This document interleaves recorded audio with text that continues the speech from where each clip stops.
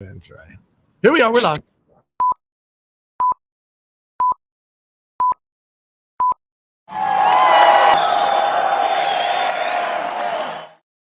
Woo!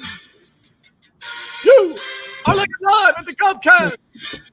Minus Stevie B, the dean. He's out vacationing. Welcome, everybody. Happy Wednesday. Happy middle of October. We're slowly inching toward Halloween. And I think Dre pre-show was like, man, they just sent William Shatner into space. How cool is that? Is he back? He went and he got back safely? Oh, whoa, my light just burned out. Oh, lights out. Lights out. All right. This keeps happening. Okay, we're back. There you go. There you go. You're back. Yeah, I was just watching the video. I think it's so cool because I guess how long did it used to take to get to space? I don't think civilians could ever go to space. Well, but in general, I'm saying like how long was the duration? Because they said it only took 10 minutes and he was there for 3 to 4 minutes. So really that means it took 3 minutes there, have a little 3-minute, hang out and then 3 minutes back. Yeah, that's the new thing. It's a new thing. Branson, Bezos, and Elon Musk, they're all having a billionaire race to space. So, but is that something that you'd ever want to do? Like, do you have any desire at all to do that? Well, yes. So you check the box, but then I'm not sure. My stomach's not good, so I feel like that would be like a get sick event. That part's not exciting. So I don't know. I think the way when you watch Branson do it, that's like a plane kind of thing, and you hit the edge of the thing and come back. But then Bezos is a rocket. That seems like you're going, light down. Bezos I don't know is what's going on. Sorry. That's okay. It's like a nightclub.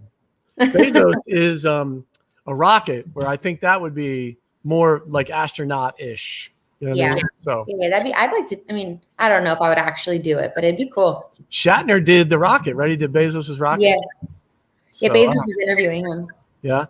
So yeah, I think that's the more real. You feel like an astronaut, but look, by the time you're my age, look, it'll be like flying to California. You'd be like, of course we're all going to space. Well, it's like it's almost like a ride at a theme park when you think about it. And now, but they're calling it like a vacation. A very expensive ride at a theme park. Yes. Very expensive ride. So you want to introduce yourself officially in the dark room and the lights out? Yeah, I'm trying to figure this out. Huh? Stevie B, unplug your light. Yeah, I don't know what's going on. This happened yesterday too. I'll figure it out. Hi, I'm Andrea. Hopefully you'll get to see me in a second, but sales manager at GovFund. Good to see everybody today. For those of you who don't know me. Yes. We got the right side of your screen face, Dre. So it's all good. That side, you got a little glare from the window. It's all popped. Wow, there you go. You're in the We'll figure it out. Hey. So this is our first show. Stevie B, we mentioned, has moved on to greener pastures. And so we're super blessed today to have Charlie Palumbo here. And so she's going to talk about the veterans and woman advocacy here in a second. So super excited to have her on the show. And so if you're out there and you think you want to be a co-host on the GovCast, we are looking. And so it's pretty high pressure. Yeah, a lot of pressure. This is top million LinkedIn Lives. A lot of You got to be good. Oh, there's Stevie making a emoji comeback. So it really is. It's been a crazy couple of weeks here with all the randomness in the football world, people getting fired, the economy, they can't get the budget passed or the new incentive thing. So a lot happening here at the end of the year. We got the holidays coming. So hopefully you are getting your end of the year things in order. A lot of moving parts. And I would just say, as I lovingly post on social media, prepare because the real estate market is going to go down at some point. And when it does, the day of reckoning is coming. So get yourself financially ready for hopefully after the holidays, but you never know. Things just seem a little shaky out there right now. So it's a little weird. It seems like I was watching the news, and I don't typically, but I wanted to watch the William Shatner and all that. But this is Canada's opening borders. Things are starting to reopen, it seems. We'll see. We thought we were done before it. And then come back. Look, my family actually got sick in the second round. And then it's like they took down all the stuff and they had to put it all back. So it'll be interesting to see how this last 90, 75 days of the calendar year plays out because there's a lot of moving parts with the border and the stimulus packages and For sure. The holidays and COVID and oh lordy. So a lot of things happening. So hopefully you again are getting ready for the holidays. What do they say? It's like 70 days to Christmas, some other crazy. Get all your shopping in, all your gift spots. They say to start now because there's gonna be so many delays. Oh yeah, that's right. That's actually true, right? All of the backup with the COVID and all the better get your Amazon Prime. You might be able to get it mailed overnight, but there's nothing to mail you. So you better order your stuff early and get it popping, right? Like light bulbs. If you needed a new light bulb for your lamp that then darkens your LinkedIn Live, see, you can't get that. I don't know what is. I'm literally hitting my switch. See, light bulbs, you can't get those. They're back ordered. Oh goodness! Wait, why don't we do this? Why don't we let's bring in Charlie. So, want to introduce Charlie Palumbo. Welcome to the show. Thank you so much for joining the GovCast today. Oh, look, you're up and moving around, Dre. Sorry, I hit this other light. We'll have to deal with this for today. It's all right. Hey, Charlie, how are you doing? Good. How are you all? Dre turned out the light on you. I don't know what happened, so we'll have to see. Sorry. We'll have to increase our pay to pay our electric bill so she can actually be a part of it. At least, hopefully, they won't turn off your internet too, Dre. We're going to get you a pay increase for being on the show. Fingers crossed, though. It will be a boring show. Hey, yes, true. Yeah, just me by myself after it'll be horrible. The guests better be super. No pressure, Charlie. Charlie, tell folks a little bit about your background, please. Yeah, first, I just really want to say I'm thrilled to be here, and I've watched some of your past GovCast webinars, Jack, or podcast, and I love your passion and your ability to make government sales fun. So that's a big effort. Yeah, being a good government employee for a long time in my life, I know it's hard. So truly honored to share the platform with some of the guests too. Like they're so knowledgeable and expertise that I saw on your podcast, just amazing. So truly thanks for having me. Well, thanks for coming. I'm super excited, by the way. So to kind of talk about this advocacy for the veterans and women. And so I'm super excited about today's show because the government is big time in this space. And I think folks are not sure how and what. So today would be great. Yeah. And so I'd like to start a little bit with my background. And I'm going to go back to, I'm a daughter of entrepreneurs, but don't worry, I'm not going to go that far back in my timeline. You know, I really think there should be self-help groups for us who grew up in entrepreneurial homes, because people who are entrepreneurs are absolutely never okay with status quo, right? They don't stay in the same place very long. There's always this momentum, this vision. And I'm a product of my parents constantly moving around and finding new things, right? And not to say that I have this genetic code that makes me an entrepreneur because my parents are an entrepreneur, but I do think it shaped some of my interest and my work experience. Sure. And I'll take you to a story with my dad. He owned a chemical and paper product company, and I was a teenager. And he took me on a trip, and I got to go client to client to see what sales was really about, right? And I walked away, and we're sitting at dinner, and I learned two things on that trip. I was like, Dad, it seems really lonely to eat at all these restaurants by yourself. And two, do you mean to tell me that you just tell jokes, really bad jokes, and for a living? And he was like, yeah, I mean, that's pretty much what it is. And sales entrepreneurship, bad jokes, and traveling. I know. I was like, well, I want to do this. Like, this is amazing. And then my mom, she was into a lot of, we owned and operated a retirement home in our house. My parents became missionaries, and now they're bed and breakfast owners. So I have this really interesting experience in my background of growing up with selfless service, business acumen, bad jokes, and really being able to get comfortable with uncomfortable situations and taking risks. And you can kind of see that on my LinkedIn profile. And thank you for sharing my bio out earlier. But you can see the selfless service with the military, the state, the federal service. You can see my work in nonprofit. I sold insurance for a while, which was not my thing, not my calling at all, but really good insight in dealing with customers and cold calling. And then I went on to do a lot of advocacy for veterans through storytelling, through the work with Department of Veteran Services and the Virginia Employment Commission. And then now I'm a CEO, and it's fun to say that, but of Intentional Leaders LLC. What you don't see on my LinkedIn profile is that I do really still love a pun and a bad joke. So I'm coming right throughout the show. You got to mix them in now. You set it up with your dad. So there you go. Jack is infamous for bad jokes, although Stevie B was too. Steve would always drop some awkward references. It was always bring the show to a halt. It was so funny.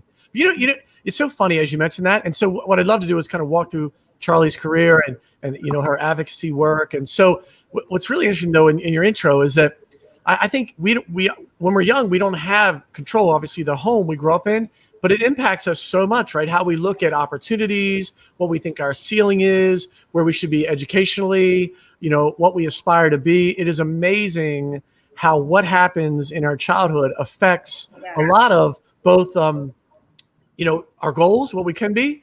And honestly, I think when you find out as I've been overly counseled and through too many therapists is, we really put subliminal restraints on what we think's possible, right? That's a lot of what happens in our youth. And so awesome that your parents seem to show you a lot of different things to let you kind of explore your own path, right?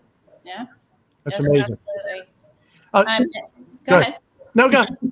I was just going to say, I have two boys right now that are 14 and 11, and definitely trying to remember that as I'm raising them, giving them that kind of freedom and the ability to see that there is limitless possibility. Yeah, amen.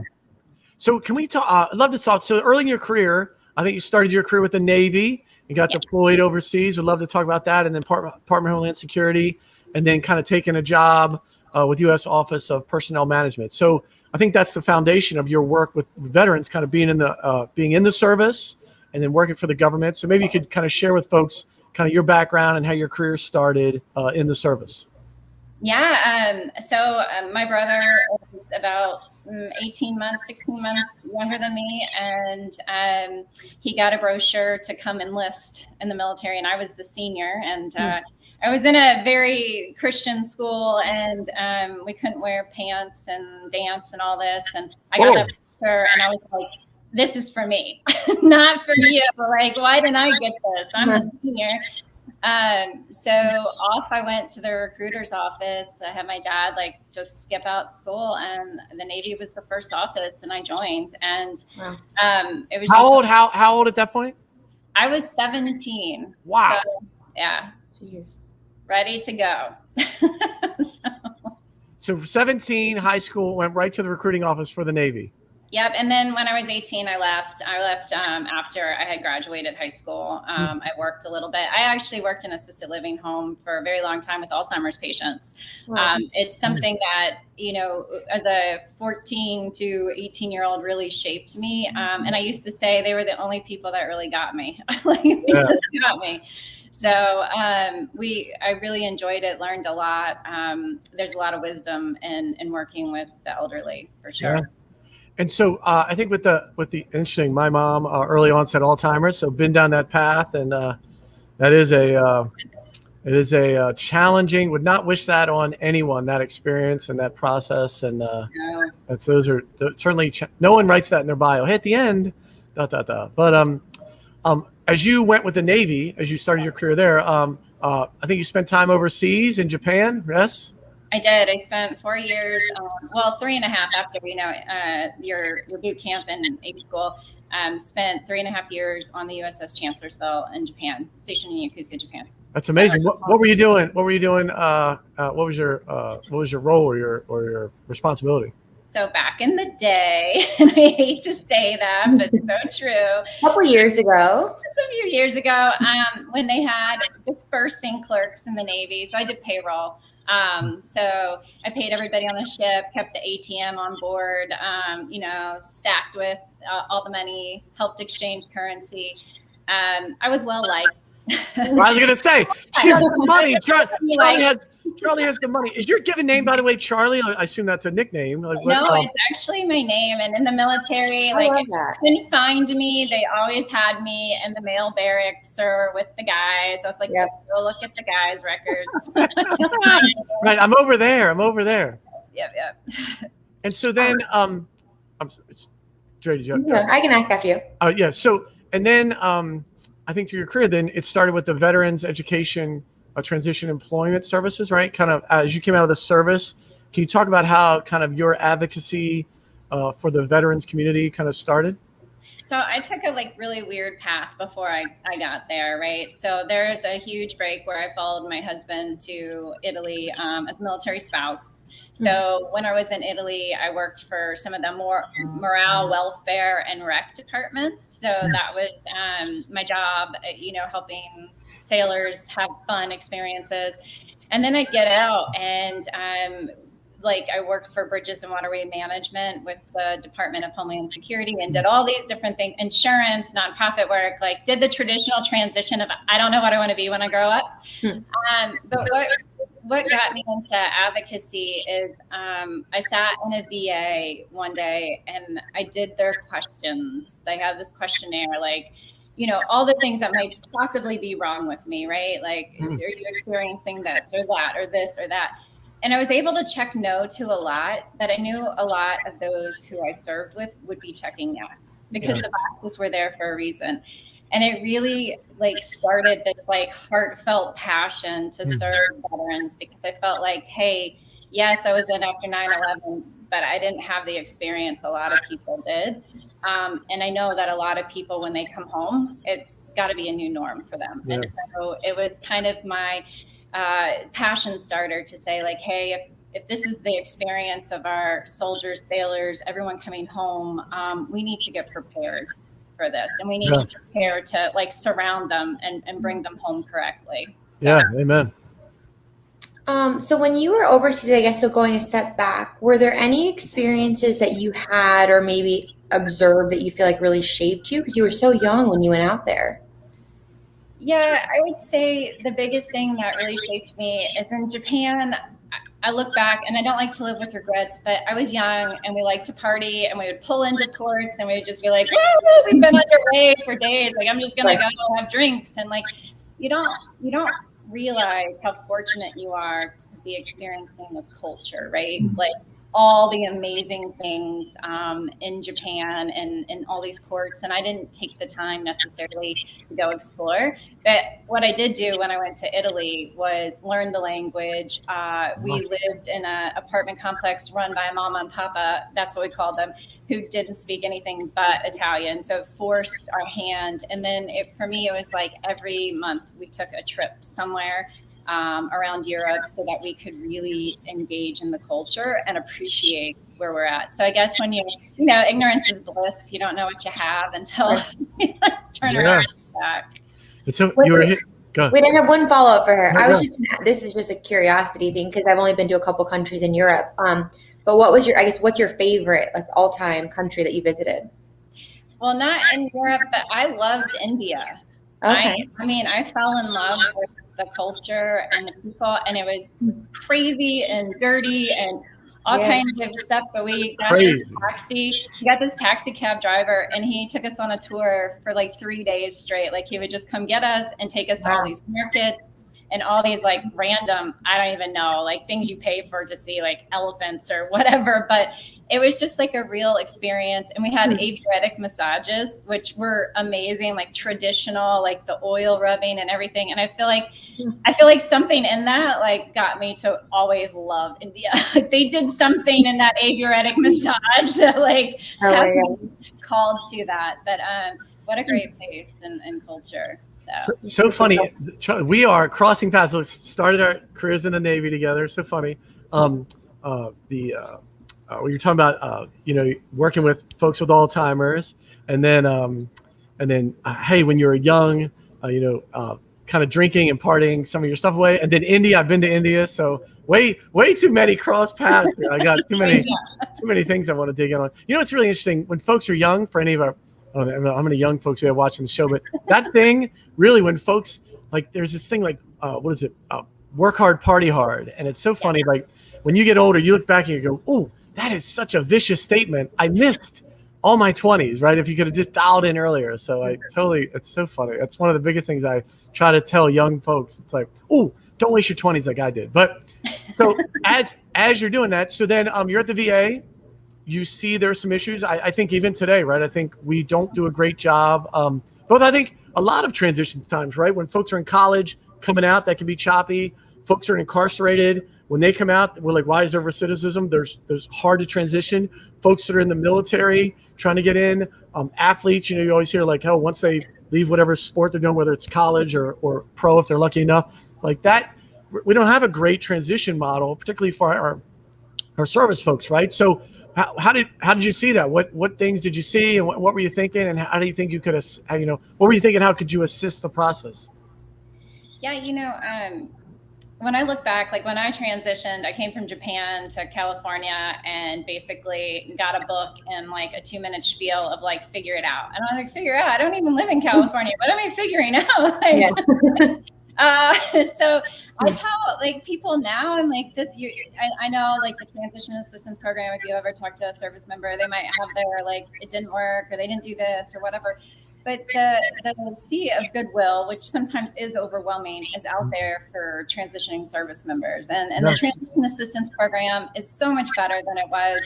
You have things like the Department of Defense Skill Bridge, which actually allows service members while they're still in service to transition into a civilian job, try it out.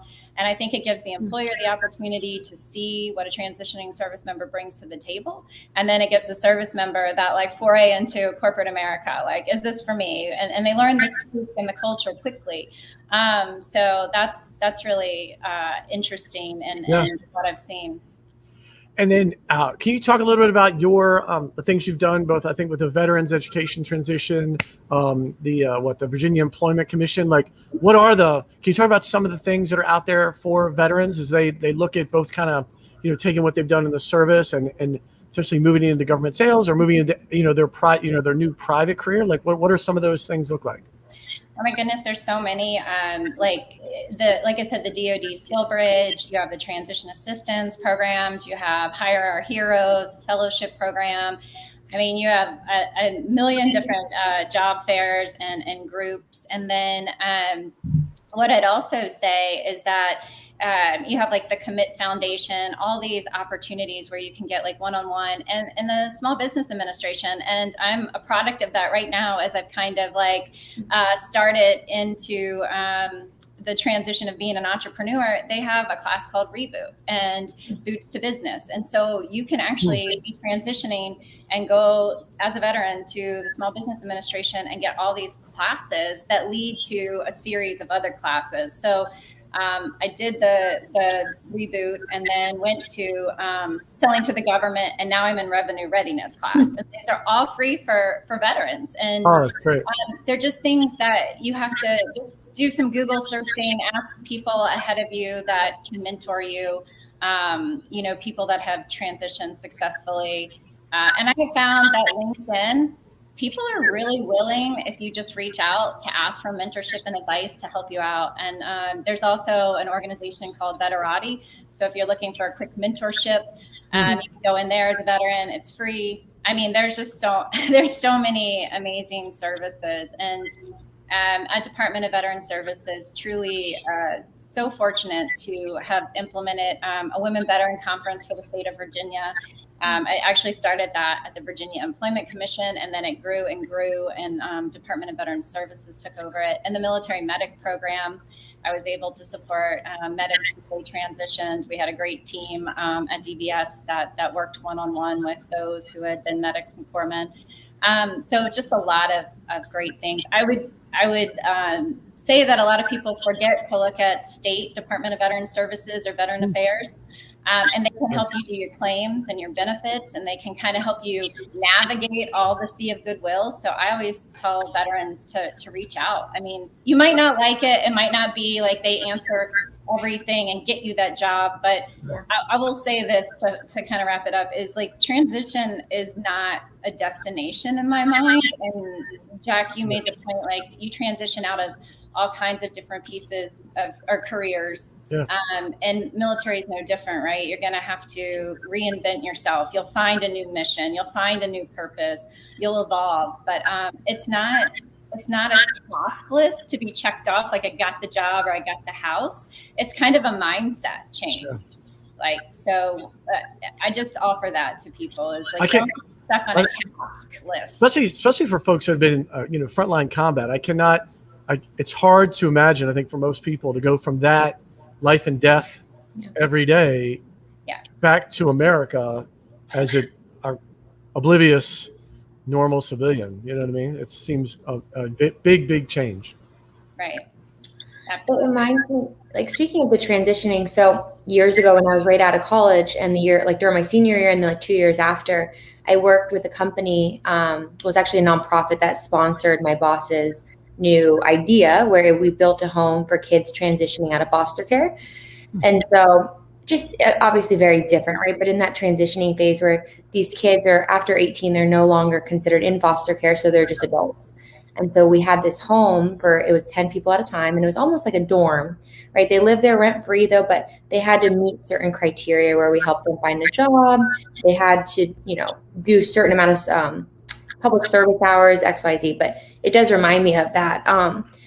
But what I wanted to ask, so I'm sure you worked with hundreds, if not thousands of veterans, so you probably have a lot of stories, but are there any that stick out to you or any of these veterans that you help that you're like, wow, I can never forget about Bob or something like that? I don't know that I have one specific one, but because I have worked with a lot. Yeah. I would say, what I saw, and it's the most recent experience, is when I worked at Amazon for the Delivery Service Partner Program and set up their veteran program. What I was struck by was that the veterans working as the delivery service partners, they were always interested in paying it forward. So they were so mission driven. And I could always call them up and say, hey, like we have this event, or I'm doing this live webinar with other veterans. Can you like jump on and talk about your experience? And it's that service oriented and that giving back that constantly came up. And I love that. And I love that about working with those, entrepreneurs that did the DSP program, because we always wanted to give back and give more. Like it was never just like, I want to just have wealth for myself. And there was a component of that, right? But there was always like this, I want to employ other veterans, or I want to give back to other veterans. And I really always loved that. Yeah, I love that. That's so good. You had both time veterans advocacy, and I think there was a little time if I have it right, the Woman Empowered Global, right? So can you talk a little bit about that as well, as obviously a woman and then being a veteran and your desire to also kind of move that forward? Yeah, and I worked with Sanala, who does Women Empowered Global, and so it's a global nonprofit, and she is just a fantastic leader whose mission is to kind of empower women. So definitely check her out. She is always doing fantastic podcasts and doing things globally, and so it was really neat for me because it gave me a global perspective of what women may face. And there's a lot of similarities to what women women everywhere are facing, like with confidence and wanting to rise up in the workforce. And, some of the same themes kind of were, global. So very exciting experience. And right now, as part of the business I'm doing, I'm working with the Women Veteran Interactive as their special initiatives consultant. And I've been developing out leadership programs for women veterans alongside the CEO and founder. So it's really exciting work. I love raising other women. Like I said, started the Women Veteran Conference in Virginia. And that truly was a really good director who he was like, what do you see the need in Virginia for veterans? And I was like, well, there's nothing for women.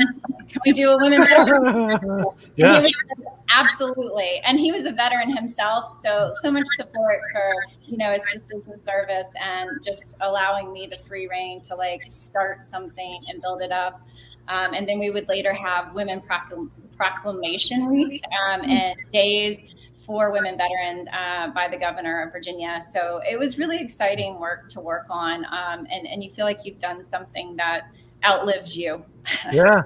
It's so, we all know the last 2 years have been so much focus on the divisiveness, right, in our country. And so it's so nice to hear about things that are helping to build people up, train them, get them to the next level. Awesome. So awesome. So that's led you to the entrepreneurial world, right? So now CEO of your own organization, Intentional Leaders. So can you talk about, what that spark was and kind of, what your desire is with this new organization? Yeah, so I mean, the spark really started for me this year. I got COVID, so I had COVID at Christmas. So Merry Christmas! Awesome. So thank you very much for your presents. And I was actually like extremely sick. My family all got it, and they kind of bounced back. And that's the thing about COVID that's so intimidating. You never know who it's going to hit and how it's going to affect you. And it took me like 3 months to probably really come back up from feeling like that. And I just felt like my spark had kind of and if I was truthful, it was probably depleting before that. But after COVID, I started thinking life is real short, and I had time and space, right? Because I was doing a lot of just sitting on the couch. So I was finally away from all the virtual webinars, the meetings, the schoolwork, the kid, all of it. And I just had some time and space to really say, who am I if I don't have my spark? And do I want to be her? And the answer was no. So that was my impetus. Time is short, right? We don't know how long we have. I want to have a meaningful life. I want my time back. And so that was really the impetus to jump into entrepreneurship. That's awesome. Yeah. So who is your target, or what kind of women are you targeting? Talk to me about your ideal prospect. So Intentional Leaders really isn't just for women. It's a consulting and training company. And I'm super excited. I'm working with 3 former colleagues on it from the Federal Executive Institute. So we're kind of combining our superpowers. All of us are super passionate about finding opportunities to spark transformation in other people. And we're educators and leaders, and all of us have significant experience in government. 2 of the ladies, and one, I call her my fairy godmother because she's honestly been the person at the table in every career move I've ever made, good, bad, indifferent. My coach, my sponsor, and now to be thinking that we could be building a business together is amazing. We are focusing on consulting and training in federal government, but we're open to opportunities in state and local. And currently my contract is with a nonprofit helping with the women veterans group. So I'm really just looking to build out leadership. I can kind of look back in my own life, and if I took a look back and when I made big career moves, there was always a really good leadership development course that somebody sent me to and invested in me. And then it was okay, well, now I can rise to the next level and next level. And so now that I'm the boss of me, I would like to give that to other people and keep showing them that development is a huge way. We all need to evolve. So. Does your organization now, are you focused on federal agencies, folks that work for the federal government? Can folks one-off come and work with your organization, or kind of what's the process look like? Yeah, I mean, ultimately, I'd like to be in the subcontracting role or have a federal contract. I know it takes a little bit to build up, your expertise and your background so that government's looking at you. So right now, everything I'm doing has been one-off just for me, but we do have a team of associates, and we're all ready to go. So yes. What do you see? What's the gap, right? When you think about, hey, I'm going to fill this void because I've experienced it, I see it, I hear about it. What is the void? When you think about Intentional Leaders 5 years from now, it's going great. What do you know what I mean? What's the void that you feel man, folks need help right here? Well, what I want to say to that is I really think people don't slow down enough to pause and evaluate themselves, right? And leadership development, I think, is so key and instrumental to growth. And I think we get too busy to become aware.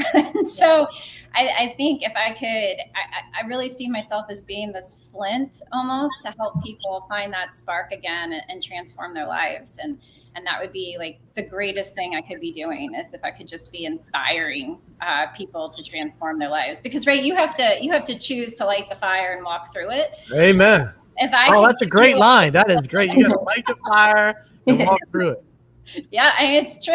You do. No one can do that part for Well, most you. people run from the fire, right? Most people are like, I just want it to be cushy. I want to put in 8 hours, get my check, shut it down, right? No, So it doesn't work like that, does it?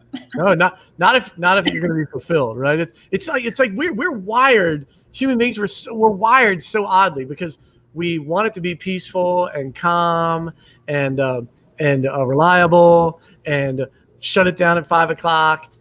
And what's really interesting, that really is against where true fulfillment is, where big things are. It really is the opposite when you're all in, almost somewhat consuming on a constant basis, right? Finding the things that keep you motivated 24/7. But I mean, Jack, that goes back to like, you've managed to put passion into GovCast and selling government stuff, but that's probably why you can do it, not be 9 to 5 on it. Like there has to be that kind of spark. And then I always say, get better or get bitter. And you don't want to be bitter. When you're starting to feel bitter, you get out. Like you don't toxic the workplace. Like, like that's self-awareness. Like I'm bitter, I'm getting bitter. I'm finding myself jumping at this person, saying mean things to this person. And it's all about ownership to get better. And I think that comes from really finding that spark, right? That meaning. So good. I have one. So aside from the bad jokes, right? We say it like laughingly, like you learned from your dad and kind of following him around. Are there any other lessons or is there anything that you took from your dad that you have now put into place into your current role? Yeah, so Andrea, you mentioned the work you did, and I can totally relate, with building the foster care system. So my parents, when I said they were missionaries, we lived in a group home for children whose parents were in prison. And the kids, my parents were their house parents. And so I learned very early on that kind of selfless, like take care of other people, that communal kind of living. My parents have always been super selfless to serve everybody, open their house. I mean, they're bed and breakfast owners. So there's always this opening of their home, opening of their wealth. Like life is to be enjoyed.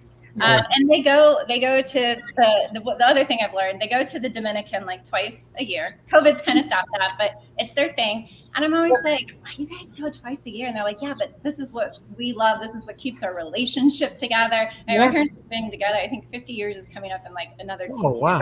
Amazing. So they're like long time thing is like focus on each other first, follow your dreams. And not to say that they don't help their kids out, but I definitely learned the school of like, do it for yourself and not so much your parents do it for you. Yeah. And I may be a little bit on the other side with my kids, like if I do more for them, but yeah, they taught me a lot of selfless service. That's awesome. Charlie, you have an amazingly diverse and positive and, from the entrepreneurship to service.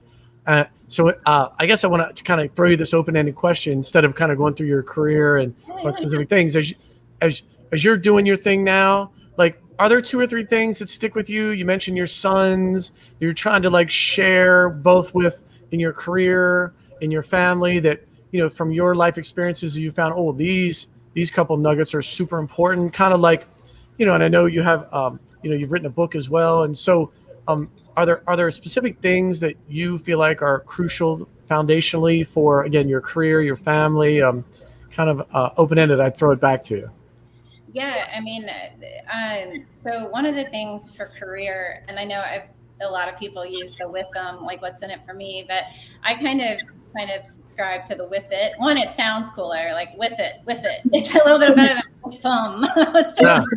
But really what's in it for them. I've kind of like staged my life around this idea that when I am meeting with somebody in a relationship, obviously I know I want something from them. So there's that always when I'm in the meeting, but really it's listening to understand them, not to reply. And then what can we do for you? And it may not serve me any good at this moment, but who knows what will shape. I mean, I've made relationships 10 years ago that come back to me and I connect with people and I'm like, so great to see you. So I just really believe in the customer obsession side. I love that principle from Amazon, and at the Federal Executive Institute, we called it the FEI experience, where we truly believe the moment you talk to someone to the very end, and even in follow-up, you're representing FEI, and you want the greatest customer experience. So that's kind of followed me. A superpower for me, and that's super important, is relationships and connections, right? Yeah. Like, and not just surface level. Like, I want to get to know you, and I want to know how I can support you, and whatever it is that I can offer, Sure. be there in that way. And then I would say that the other thing for me is just like that idea of following your passion and purpose. I've been a big expressive arts person. I have an expressive arts therapist who I regularly come back to, who always pushes me to be uncomfortable with growing a side of myself that is more and in kind of a spiritual way, but more artistic, more creative, and really being authentic with that place. Yeah. And then with my kids, I really see myself as just helping them as a navigator. Like, I can't do it for them. I'll advocate fiercely. I have a son that keeps getting in trouble in school, and I'm a fierce advocate for him. And I'll go to bat against the teacher any day. But at the same time, he's got to learn his consequences, and I've got to still support the school and the teacher. And so it's that balance of trying to be there and then let it go, and then just trying to always evolve. I mean, I feel like I'm just a student in life as I'm trying to learn to be this entrepreneur. I'm taking a creative writing class with the Armed Forces Services Partnership. They do free improv, creative writing, storytelling classes for veterans. And so I'm taking that to kind of offset the revenue readiness course. I can't just do that all day. Yeah. So I think I'll always be a student in life. Last two things, you hit on one of them. Can you tell folks a little about, I know, again, you're a published author, and I know you have an artistic side. So can you share with folks a little bit about what you do on that side of your creative side of your life? Yeah, I'd really like that to be what makes me the money someday. I'm actually writing again a memoir, and so I'm hopeful with the creative writing class that I'll be accountable and pushed a little bit to get it out in the world. But for me, the writing of the first book came from doing expressive arts, and really it was journal writing, and it was my own therapeutic and healing journey from the military. Wrapping up some of the relationships I had in the military, and then kind of putting it out there. And the impetus was really to give money to Give an Hour, which is a mental health provider for, and they used to do free healthcare for veterans. So I was just really, really struck by the importance of trying to get mental health services. I know in my own life, going to expressive arts therapy has been like huge doorway. Sometimes when you get stuck and you can loop yourself, someone just to lean into questions with you and ask you questions and be an inquiry can help you discover your next path. I think one of the things you said, just in passing, it's like having an outsider, mentor, a therapist, whatever it would be, push us out of our comfort zone is the number one thing that gets people to the next level. It's like it's like a coach, a sports. When we're younger, it's like when the coach makes us run farther than we want or practice longer than we want. That's the thing that gets us there. And then we get to be adults. We're like, I don't want to really be pushed. Can you just leave me alone? You know what I mean? So funny. Lastly, I know you've hit on a bunch of things. Someone seeing the show, looking at it, veteran, newly, out of the service, one place you would direct them to start their kind of transition process? Is there one place you'd specifically refer them to?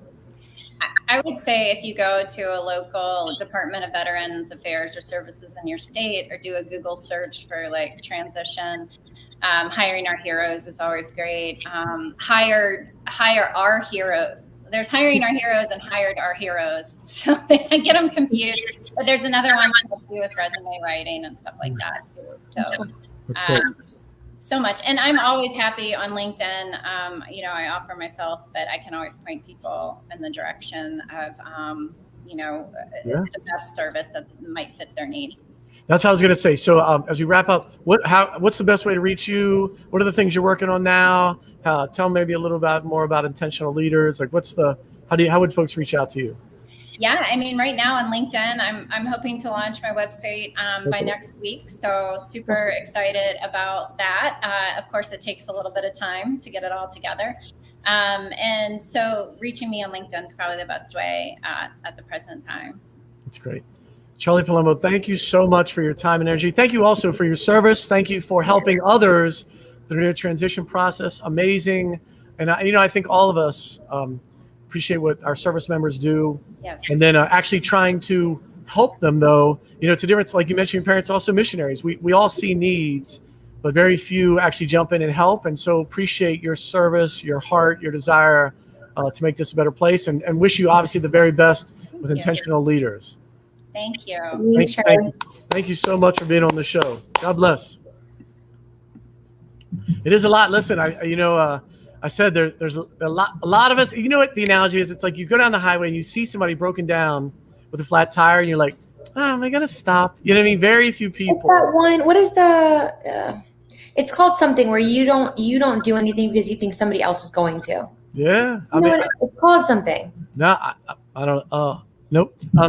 I thought somebody was gonna pop it in the comments. But yeah, I think it just there's so many needs, and I think so many of us, particularly in today's culture in America, we're just like, oh, everyone has equal opportunity, they'll get there. And so her heart to help folks, and especially folks, you meet very, very few people who aren't endeared, and so thankful for our service folks that put their lives on the line so we enjoy all the blessings we have here back at home. And so I think we all have a desire to make that transition more seamless and better, but very few people jump in and actually help. So she obviously has a lot of resources to help folks, which is awesome. And so we'll try to post some of those in the comments for folks to watch the show after, on the replay. So amazing. Anything else, Dre? Any last items happening besides William Shatner returning from space and now actually being the Star Trek space traveler that he always has been on TV? You should go watch it, by the way. You should watch the interview. It's cool. Aside from that, nothing I can think of that's going on that's crazy that we don't know of. Yeah, it's all good. Yeah, it's funny. I watched the first two. I watched Branson go up and his little thing, and then Bezos. I don't know if Elon Musk must have a take civilians to space program. I don't know what it's called. So I said before the show, it's interesting. All those folks happen to be guys. All those guys they're just trying to figure out, like, 50 years from now, like we look back to the Wright brothers or the first phone call to be like, who was the first person in space? They're all trying to get their name in the history books, the future history books, to be like, who was in space? Who made it happen? So that's what they're all fighting the battle to be like, I did it. I made it happen. So there's a lot of people that still go to space in our lifetime. Oh yeah. You're going to be one of them. You, your kids, you're going to be like, and they're gonna. By the time I have kids, they're gonna be like, "Mom, can you vacation? Can we go to space?" Right. Well, can we go to the moon? Who wants to go to California? So funny. All right. Well, great. Charlie, thank you so much again. Dre, have a great rest of the month doing big things, and we will see you next Wednesday, the next episode of the GovCast. Appreciate your time and energy, Charlie. Appreciate you. See you soon. Have a great rest of your October.